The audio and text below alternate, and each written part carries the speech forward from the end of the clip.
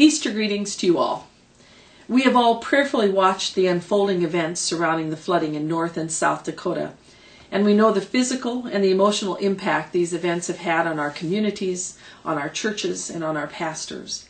I wish I could say that this is over, but I can't. As some communities and homes are now just mucking out from the flooding, others are watching and praying that the dikes will hold, and still others are waiting for the snow to melt and are worrying about the effects of overland flooding. Very early preliminary reports from the Red Cross offer these statistics for eastern and central counties in North Dakota. A total of 906 homes have been damaged, 664 homes have been affected, and 187 homes have had major damage. We just found out that on the Spirit Lake Nation Reservation there have been 50 homes that have impacted, and we are concerned now about a second crest for the Red River, which should come any time in the next 7 to 10 days. You need to know that the Dakotas Annual Conference has been and continues to be in regular consultation with UMCOR, United Methodist Committee on Relief. Their experience and their guidance have been invaluable. We are also working side by side with VOAD, which stands for Volunteer Organizations Active in Disaster, and its many partners as we divide up the work and the responsibilities.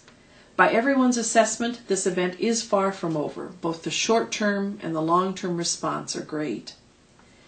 In order to better focus our work then, I have appointed Reverend Deborah Kilborn as the Bishop's Assistant for Disaster Response to serve in that capacity for 1 year. She will work in collaboration with the Dakotas Conference Disaster Coordinator, Reverend Paul Baker, and the North Central Jurisdiction Volunteer and Mission Coordinator, Lorna Jost, as together they design and coordinate the response to this disaster.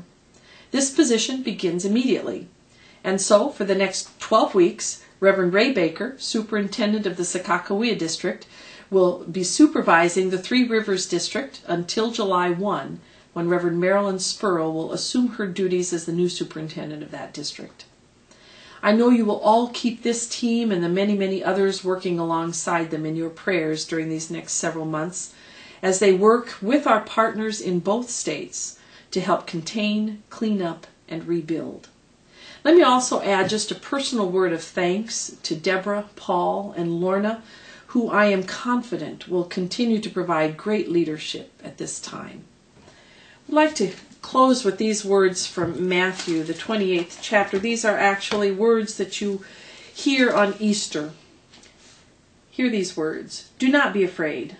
I know that you are looking for Jesus who was crucified. He's not here, for he has been raised. Come, see the place where he lay, and then go quickly and tell his disciples he has been raised from the dead. And indeed, he is going ahead of you to Galilee. There you will see him. This is my message for you. As we hear this Easter passage, may we remember that Christ indeed goes before us and will remain with us today and tomorrow and always. We are not alone. Thanks be to God.